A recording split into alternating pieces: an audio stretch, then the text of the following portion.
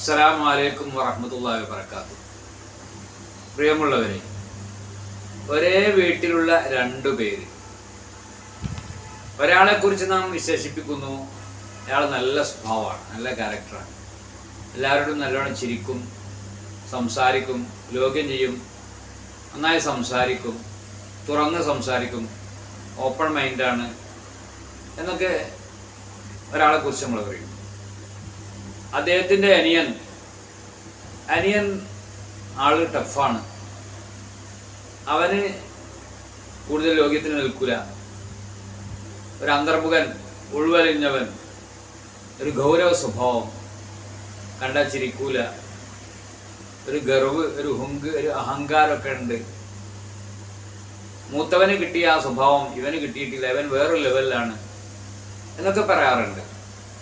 അതിലൊക്കെ ഒരു വീട്ടിലെ ഉപ്പ, ആ ഉപ്പാനെ കുറിച്ച് അയാൾ നല്ല ഡീസൻ്റാണ്, നല്ല സ്വഭാവമാണ്, ആളുകളോട് പെരുമാറാൻ പറ്റിയ ആളാണ്, സ്നേഹിക്കാൻ പറ്റിയ ആളാണ്, വിശ്വസിക്കാൻ പറ്റിയ ആളാണ്.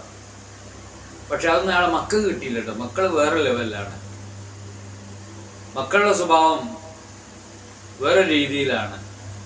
ആ ഉപ്പാൻ്റെ ഒരു പാരമ്പര്യം അവകാശപ്പെടാൻ അവർക്ക് സാധ്യമല്ല എന്നൊക്കെ മക്കളെക്കുറിച്ച് പറയാറുണ്ട്. ചുരുക്കത്തിൽ നാം മനസ്സിലാക്കേണ്ടത്, ഈ സ്വഭാവം എന്ന് പറയുന്നത് മറ്റുള്ളവർ നമ്മളെക്കുറിച്ച് പറയുന്ന ഒരു സംഗതിയാണ്.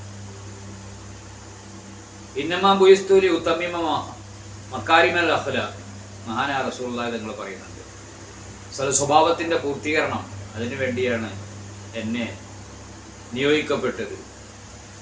അസ്കലുമാഫിൽ മീസാൻ, നാളെ തുലാസിൽ ഏറ്റവും ഭാരം കൊടുക്കുന്നത് അത് അൽ ഹുൽഖുൽ ഹസൻ, സൽസ്വഭാവമാണ് എന്നും മഹാനായ റസൂലുള്ളാഹി തങ്ങൾ പറയും. ഈ സ്വഭാവം നന്നാവാൻ പ്രധാനമായി നമ്മൾ ചെയ്യേണ്ട 2-3 കാര്യങ്ങളുണ്ട്. അതിനെക്കുറിച്ചാണെന്ന് പറയുന്നത്. ഒന്ന്, സ്മൈൽ, ചിരിക്കുക, നന്നായി ചിരിക്കാൻ പഠിക്കണം. അത്തബസ്സുമു ലിവജി അഖീക സദഖ, സുഹൃത്തിൻ്റെ മുഖത്ത് നോക്കി പുഞ്ചിരിക്കുന്നത് അത് ധർമ്മമാണ്. ഇത് ചിരിക്കാൻ വേണ്ടി പല ക്ലബ്ബുകളും പല രാജ്യങ്ങളിലും നടക്കുന്നുണ്ട്. ചിരിക്കുമ്പോൾ ഒരുപാട് രാസപ്രവർത്തനങ്ങൾ നമ്മുടെ ശരീരത്തിൽ നടക്കുന്നുണ്ട്, നമ്മുടെ ബോഡിയിൽ ഒരുപാട് പ്രവർത്തനങ്ങൾ നടക്കുന്നുണ്ട്. ചിരി കൊണ്ട് ഒരുപാട് നേട്ടങ്ങളുണ്ട് എന്നൊക്കെ പഠനങ്ങൾ പറയുന്നു. ഏതായിരുന്നാലും ചിരിക്കുക, പുഞ്ചിരിക്കുക എന്നുള്ളത് സ്വഭാവിയുടെ അടയാളമാണ്.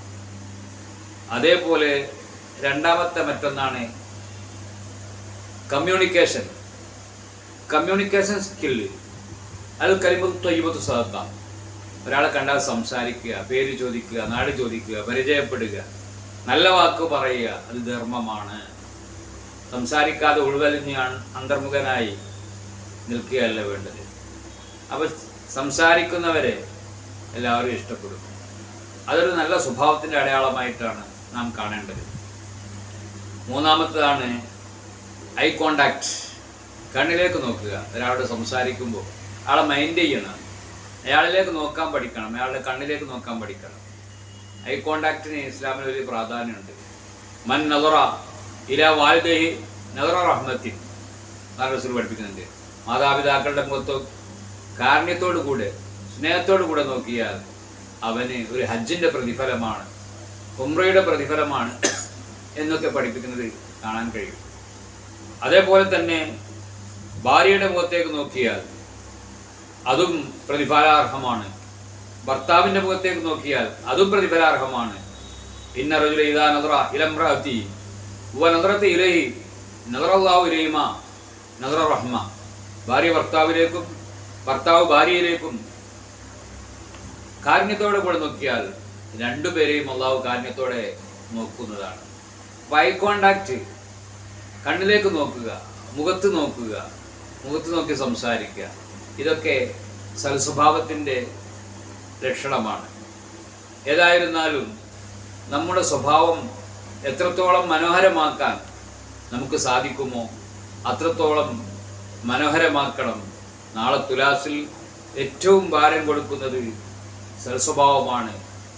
മഹാനായ റസൂലുള്ളാഹി സ്വല്ലല്ലാഹു അലൈഹി വസല്ലം തങ്ങളെക്കുറിച്ച് വിശുദ്ധ ഖുർആൻ പറയുന്നുണ്ട്, വഇന്നക ലഅലാ ഖുലുഖിൻ അദീം, അങ്ങ് ഉത്തമ സ്വഭാവത്തിൻ്റെ ഉടമയാണ്. അല്ലാഹു സുബ്ഹാനഹു വ തആല നമ്മെ സൽസ്വഭാവികളിൽ ഉൾപ്പെടുത്തി അനുഗ്രഹിക്കുമാറാവട്ടെ.